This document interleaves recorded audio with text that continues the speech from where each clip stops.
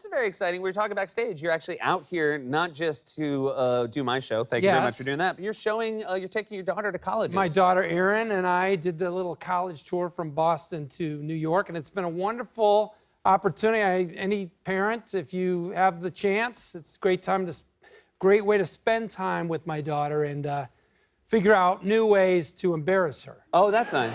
Have you found any good ones? Yes, I have. I've got a great one. She's always been embarrassed by people recognizing me, so that's great. I just, look like myself. That does the job. But also, this is because I'm an older guy, I think. I don't have time to figure stuff out. I just want the world to tell me I'm going to die. So we pull into Boston. I roll the window down. Where's Harvard? What building do I have to go to? Give me a name. Thank you. That guy was no help at all. Just to strangers. And she cringes. And does that age person recognize you? Most people. College kids love Better Call Saul. But a weird thing happened where we were touring one school, and we had two fine young women who were showing us around, and they were both majors in TV. One of them knew me. The other had never heard of me or the show. And I grabbed my daughter. We're out of here. Pathetic.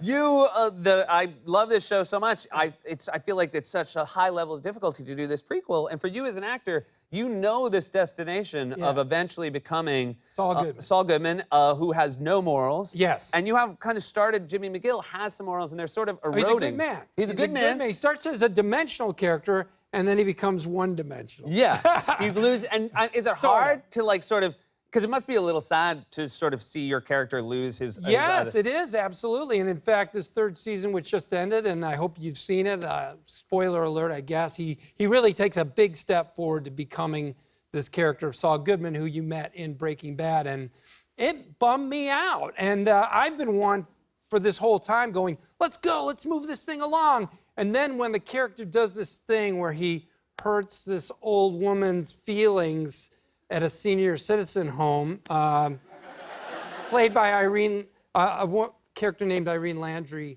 played by Jean Efron, a great actress, and he sort of intentionally ostracizes her from the other people at the home.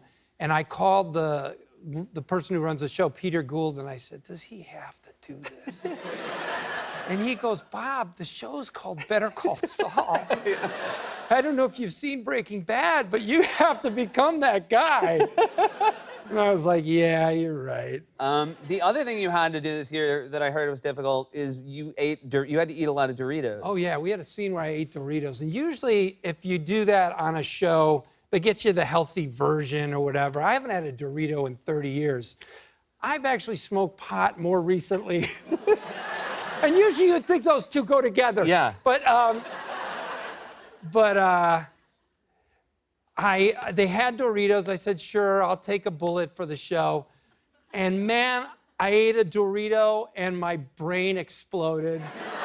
And every single take, and we do a lot of takes, ended with cut and me going, oh my God, that's good. How do they do it? It's like, wow.